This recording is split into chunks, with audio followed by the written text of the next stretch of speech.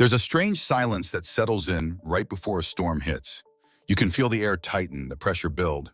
And in early April 2025, that's exactly where Collin Morikawa found himself, right in the eye of that silence.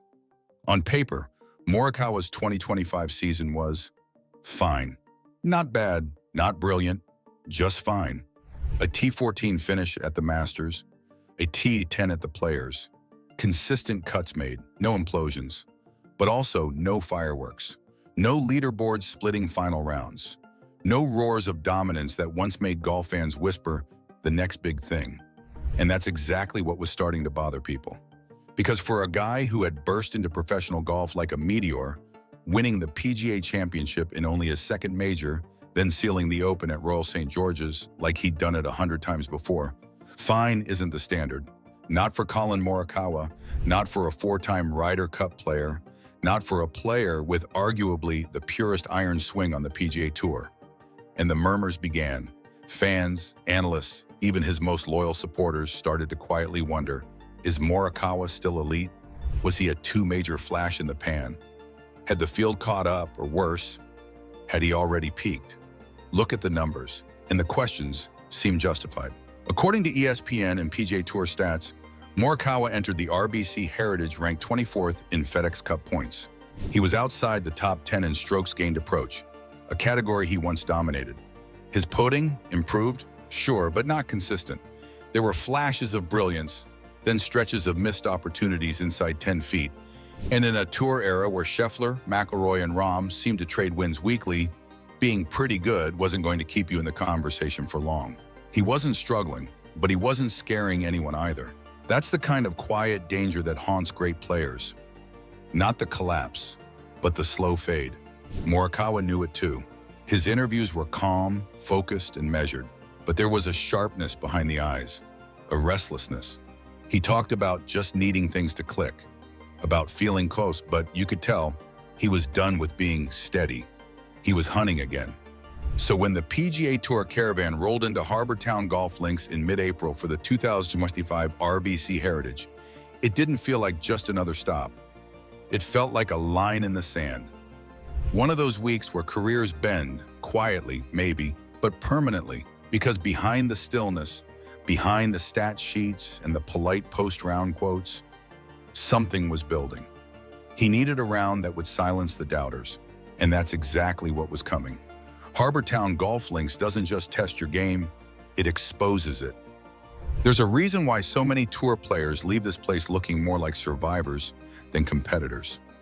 It's not flashy, it's not long, but it is, without question, one of the most brutally honest golf courses in the world. You don't overpower Harbour Town.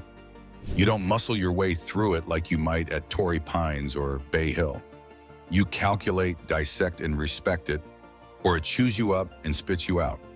The fairways, narrow enough to make even the most accurate drivers feel claustrophobic. The greens, tiny turtleback targets that reject approach shots like a bouncer at an exclusive club. And the wind, always there whispering through the pines just enough to turn a confident swing into a scramble 4-par nightmare. Add in overhanging trees, awkward angles, and a layout that punishes aggression with surgical cruelty, and you've got a course that rewards only one thing: precision. And that's exactly what made it the perfect stage for Collin Morikawa. While the Bombers struggled to throttle back and the aggressive players found themselves short-sighted and frustrated, Morikawa approached Harbour Town like a chess grandmaster. Every shot had a purpose. Every yardage was measured not just once, but twice. He understood better than most that Harbour Town doesn't reward strength, it rewards discipline. But it wasn't just the architecture of the course that set the tone this week, it was the atmosphere. And that atmosphere, it was slow. Slow play had become a real talking point during the week, especially after PGA Tour officials hinted at stricter enforcement following ongoing complaints. Fans grumbled, players rolled eyes, analysts debated on air, but not Morikawa. For him, the slower rhythm of play acted almost like a metronome, keeping him centered, calm, and composed. While others grew frustrated with the pace, Collin thrived. His pre-shot routine remained methodical. His tempo never wavered. If anything, the delay gave him more time to do what he does best: analyze, adjust, and execute. While others saw annoyance, he found opportunity. It's not a coincidence that Morikawa's best golf often comes in environments like this, where precision is prioritized over pace, and patience is a weapon, not a weakness. And it showed, because if you had walked the course that day, just one round in, you'd have seen the difference. You'd have seen Morikawa in full control, not just of his swing, but of the entire tempo of his round. He wasn't reacting to the course. He was dictating terms. Step by step, hole by hole, he carved his way through one of the most punishing layouts on the PGA Tour with surgeon-like intent, and the course, for once, obeyed. This wasn't just a round of golf. This was an artist returning to his canvas, brushing away the rust of early season doubts and showing exactly why Harbour Town, with all its tricks and traps, had just become the backdrop for something special. He wasn't just surviving, he was building something. And the golf world was about to see exactly what. There are good rounds in golf, then there are clean rounds. Then every once in a while, a round comes along that doesn't just sit on the scorecard. It reverberates through the tour.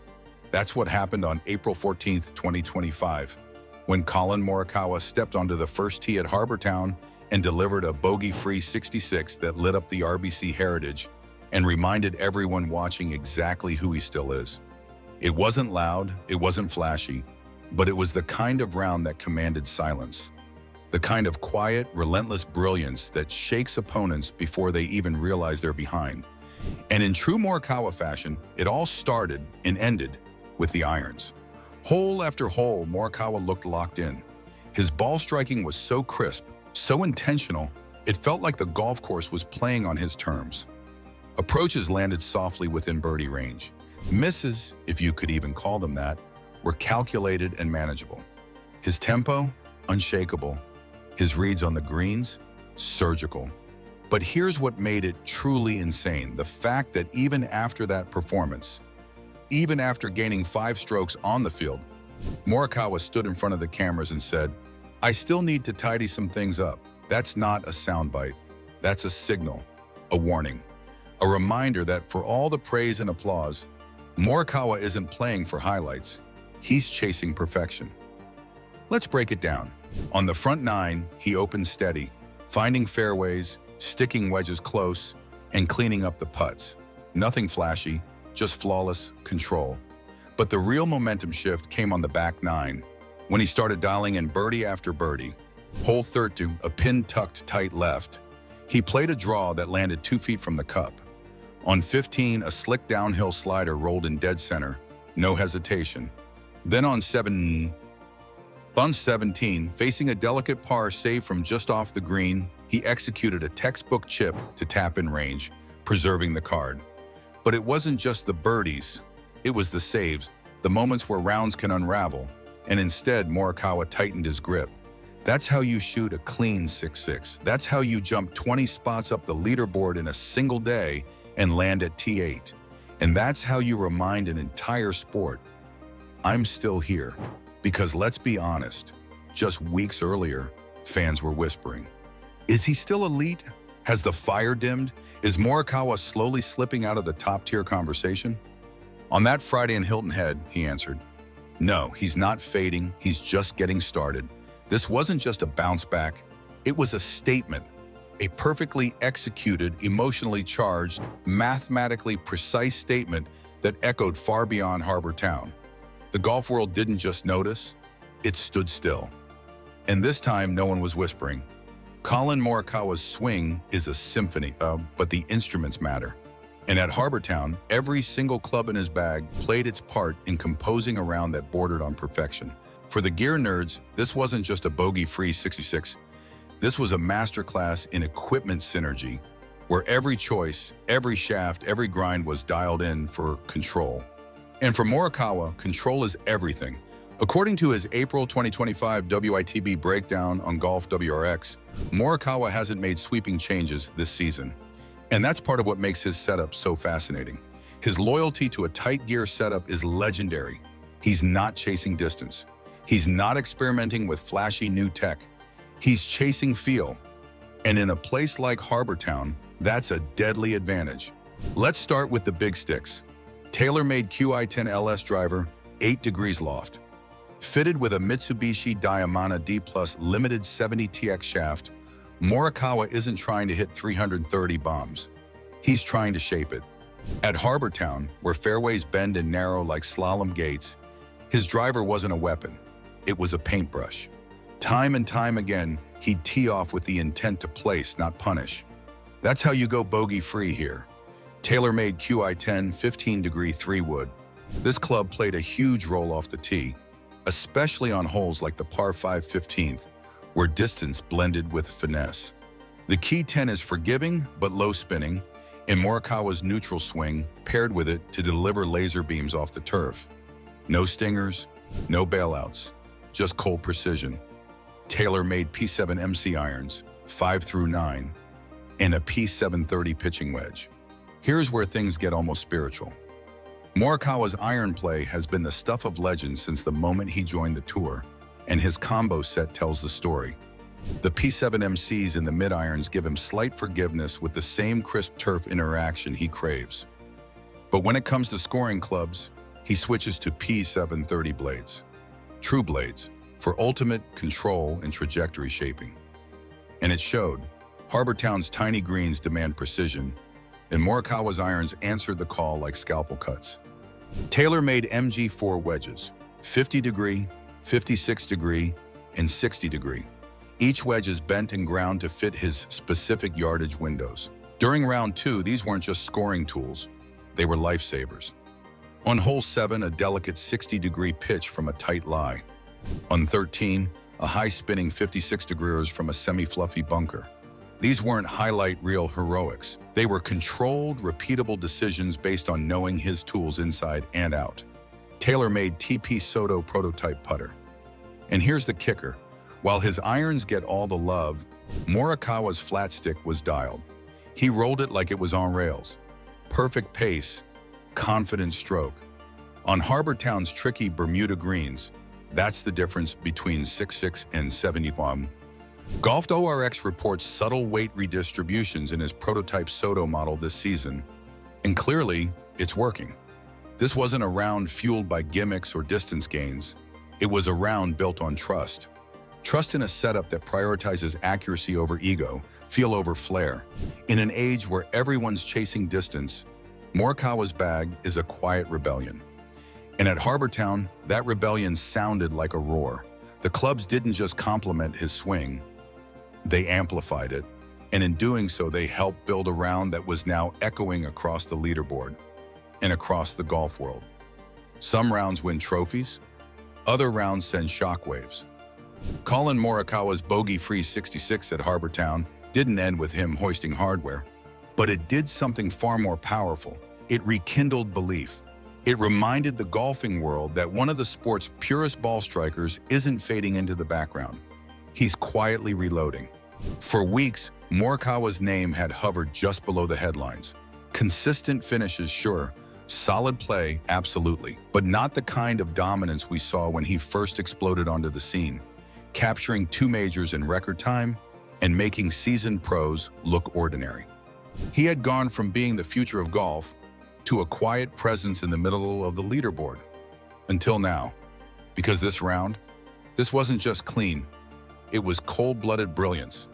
It was vintage Morikawa, sharpened by time, hardened by expectation. No bogeys, no panic, no noise, just clinical precision, flawless course management, and ice-cold putting when it mattered most. And the message it sent, unmistakable. To McIlroy, to Scheffler, or to Rahm, to every rising star circling the top of the leaderboard. He's back, and he never really left. What makes it even more terrifying for the rest of the field is how calmly it happened. This wasn't a heat check 62. This was controlled, patient, methodical golf. A slow, deliberate rise, one stroke at a time, through one of the toughest tracks on the PGA Tour. And behind that quiet exterior, mental steel. Think about it. Morikawa's 2025 season hadn't been bad. It just hadn't been spectacular.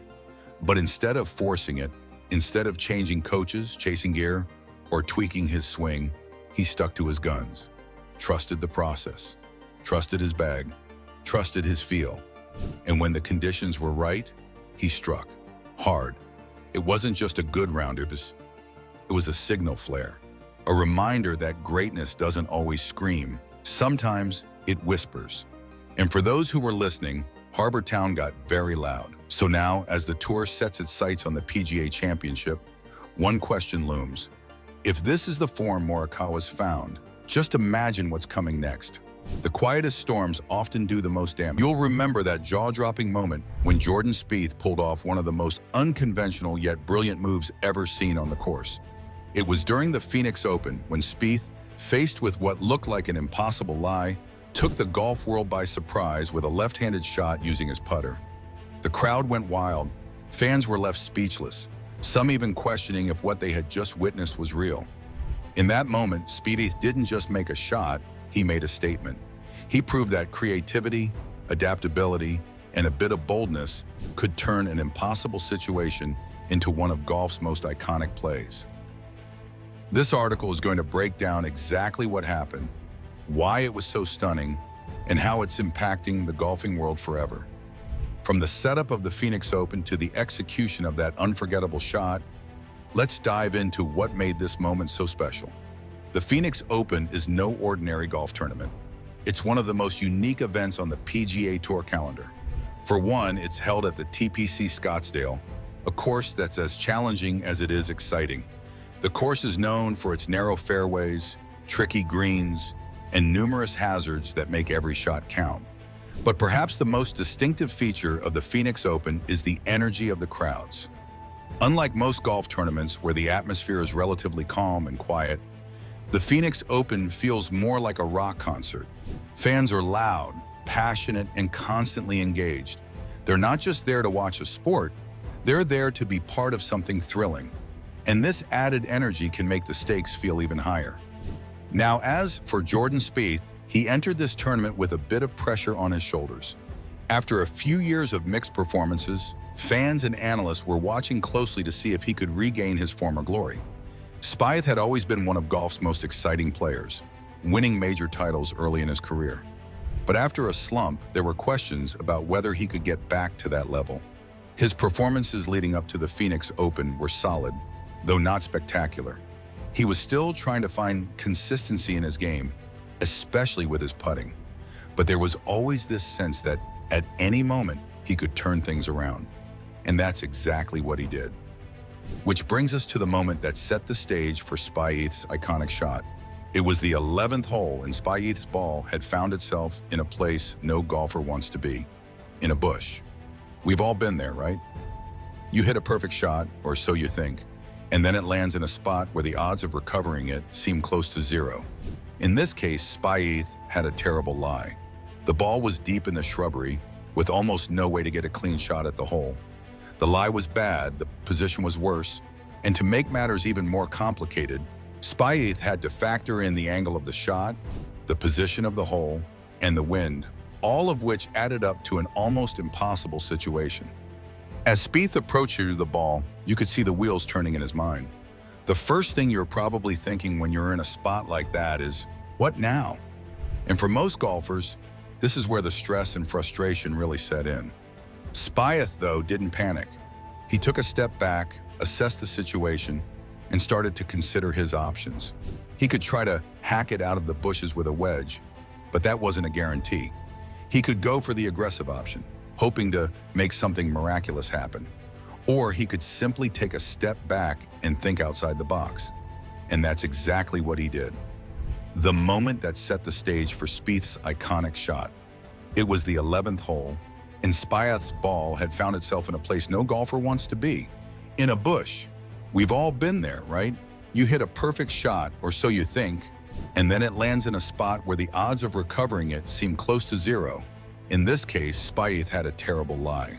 The ball was deep in the shrubbery, with almost no way to get a clean shot at the hole.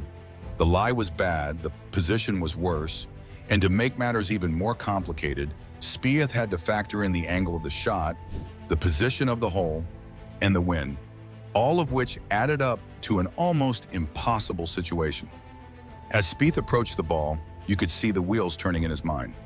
The first thing you're probably thinking when you're in a spot like that is, what now? And for most golfers, this is where the stress and frustration really set in. Spieth, though, didn't panic. He took a step back, assessed the situation, and started to consider his options. He could try to hack it out of the bushes with a wedge, but that wasn't a guarantee. He could go for the aggressive option, hoping to make something miraculous happen. Or he could simply take a step back and think outside the box. And that's exactly what he did. And then Spieth made it happen. With calmness and precision, he lined up the shot, adjusted his grip, and with a smooth stroke, he sent the ball rolling. The shot was nothing short of impressive. It wasn't just about hitting the ball with the putter. It was about controlling the angle, managing the lie, and using the unique skill to make sure the ball found its way back into play. There was something almost poetic about it. Spieth was taking control of a situation that seemed completely out of his hands and using nothing but creativity and skill to salvage it. Watching him make that shot was like witnessing art in motion. It wasn't just a display of athleticism, it was a testament to his ability to adapt and think in the moment. The outcome was even more stunning than the shot itself. Spieth managed to get the ball back into play, putting himself in a position where he could save par. The crowd erupted into cheers. It was a moment of pure brilliance that had fans on their feet. Even though Spieth didn't walk away with a win that day, the impact of that shot was undeniable. It wasn't just about the score, it was about the move that stunned the entire golfing world. The shot became a symbol of the unpredictable nature of the sport and how one moment of creativity could change everything. Spieth's decision to pull off the left-handed putter shot not only salvaged the hole, but also reignited the excitement and wonder that golf fans had been missing. It was a reminder that golf is not just about technique. It's about thinking on your feet, improvising when necessary, and making the most of even the worst situations. Spieth's boldness set the tone for the rest of the tournament, and it's safe to say that his move will be remembered as one of the most creative and daring plays in recent golfing history. For those lucky enough to witness the shot live, it was a moment they'll never forget. The reactions from fans were immediate and filled with astonishment. Many fans described the shot as unreal or something out of a golf legend's playbook. One fan, who was sitting in the stands near the hole, recalled the collective gasp from the crowd when Spieth made his move. "We were all just sitting there watching him take a swing with a putter, and then it happened. The ball rolled perfectly back into play." I've never heard the crowd roar like that. "It was one of those moments where you just knew you were watching history being made," said one excited spectator. Another fan shared how the shot made them reconsider how they viewed Spieth's game. "Spieth has always been one of my favorites, but after that shot, I'm convinced he's a magician on the course. To do something so bold, so unexpected, it was like watching someone rewrite the rule book in real time. I'm not sure how anyone could top that move anytime soon." The general sentiment from fans was one of pure admiration. They didn't just appreciate the skill it took to make that shot, they marveled at Spieth's confidence and mental toughness to even attempt something like that under the pressure of a major tournament. Fans quickly flooded social media, praising Spieth's brilliance and sharing clips of the shot that would soon go viral. Golf analysts too were stunned by Spieth's move. For them, it wasn't just a shot, it was a statement. What Spieth did at the Phoenix Open was one of the most creative moments I've ever seen in golf, said renowned golf analyst David Feherty. "In all my years of covering the sport, I've never seen someone pull off a left-handed shot with a putter from a bush like that. It was a moment of brilliance, and it shows just how mentally sharp Spieth is, even in the most unpredictable situations." Other analysts noted that while the move might have seemed like a one-off, it was actually a perfect example of how Spieth has always been a risk-taker on the course. "Spieth's creativity is one of the things that makes him so special," said another analyst. "And that shot proved that he's willing to take chances when the odds are stacked against him." This isn't just about making a quirky shot, it's about his mentality to attack every moment with confidence and composure. The consensus among experts was that Spieth's move wasn't just rare, it was historically brilliant. They pointed to the fact that golf, by its nature, is a sport defined by precision and tradition, And a shot like that, executed with such flair, could easily go down as one of the most talked about moments in the game's history.